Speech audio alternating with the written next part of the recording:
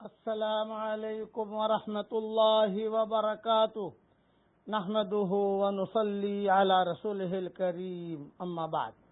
آج کا سبق سن لیجئے۔ آج کے سبق کی سرخی ہے حضور صلی اللہ علیہ وسلم کی سیرت پارٹ نمبر 85۔ اب میں نے چاند والا معجزہ بتا دیا، اب سورج والا معجزہ بھی سن لیجئے۔ حضور صلی اللہ علیہ وسلم ایک مرتبہ خیبر کے قریب تھے، مقام صحابہ میں۔ یہ اسماء بنت عمیس رضی اللہ تعالیٰ عنہ بیان فرماتی ہے، اور سر مبارک حضور صلی اللہ علیہ وسلم کا حضرت علی رضی اللہ تعالیٰ عنہ کی گود میں تھا، اور ابھی حضرت علی نے عصر کی نماز نہیں پڑھی تھی۔ اسی حالت میں وحی کا نزول شروع ہو گیا، یہاں تک کہ آفتاب غروب ہو گیا۔ حضور نے پوچھا، علی تم نے عصر کی نماز پڑھی؟ عرض کیا حضرت نہیں، اس لیے کہ آپ پر وحی آ رہی تھی، اور آپ کی یعنی میری گود میں جو ہے آپ کا سر تھا، تو میں کیسے نماز پڑھ سکتا تھا؟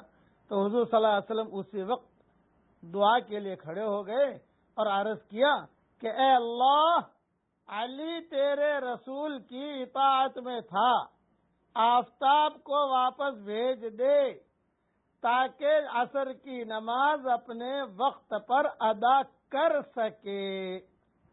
حضرت اسماء بنت عمیس رضی اللہ تعالیٰ عنہ فرماتی ہیں کہ آفتاب غروب کے بعد لوٹ آیا اور اس کی شعاعیں زمین اور پہاڑ اوپر پڑی، اور سب نے منظر دیکھا۔ آفتاب غروب ہوا، حضور صلی اللہ علیہ وسلم کی دعا کی وجہ سے واپس آ گیا، اور سورج جو ہے وہ شعاعیں پڑنے لگی، حضرت علی نے جو ہے نماز پڑھی۔ یہ قصہ بھی تاریخ کی کتابوں میں آتا ہے۔ امام طحاوی فرماتے ہیں کہ یہ حدیث صحیح ہے اور اس کے تمام راوی ثقہ ہیں، اور بعض لوگوں نے اس میں کچھ کلام بھی کیا ہے، لیکن تاریخی روایت ہے کہ اس سے بھی، چونکہ چاند اور سورج یہ دونوں اللہ کی نشانیاں ہیں، دونوں کے ساتھ معجزے کی ایک شکل ہوئی۔ دوسرا قصہ یہ ہوا مکہ مکرمہ میں کہ حضور صلی اللہ علیہ وسلم جب معراج سے واپس آئے اور قریش کے سامنے اسراء اور معراج کے قصے کی ساری کیفیت بیان کی، تو قریش نے بیت المقدس کی علامتیں دریافت کی اور آپ سے ایک قافلہ کا حال پوچھا۔ جب بیت المقدس کی علامتیں پوچھی تو حضور صلی اللہ علیہ وسلم نے سب بتائی، یہ ہے، ایسا تھا، ایسا تھا۔ اور پھر قریش نے کہا کہ ہمارے ایک قافلہ بھی راستے میں ہے، آپ سے ایک قافلے کا حال پوچھا جو بغیر سے تجارت شام کی طرف گیا ہوا تھا، کہ وہ قافلہ کب واپس آئے گا؟ آپ نے فرمایا، سنو قریش والو، سنو او مکہ والو، سنو، وہ قافلہ بدھ کے روز مکہ میں داخل ہوگا۔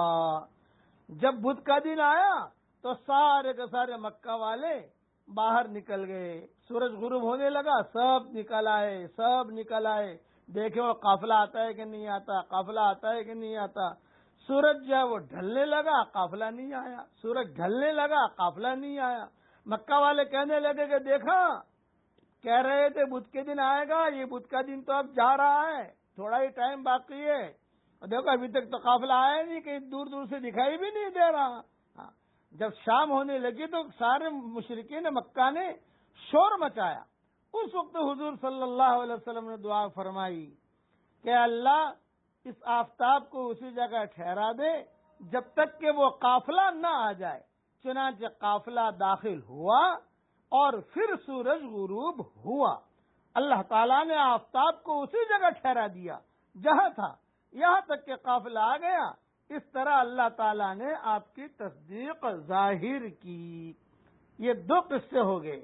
بعض ضعیف روایتوں میں یہ بھی ہے کہ حضور صلی اللہ علیہ وسلم کے لیے تھوڑی دیر کے واسطے آفتاب کی حرکت بھی روک دی گئی، لیکن یہ روایت محدثین کے نزدیک زیادہ معتبر نہیں ہے۔ وہ اوپر والی دو روایتوں میں تو کچھ لوگوں نے صحیح کہا ہے، اس میں کوئی شک نہیں ہے۔ یہ حضور صلی اللہ علیہ وسلم کے معجزات تھے۔ اچھا، اب چلیے آگے۔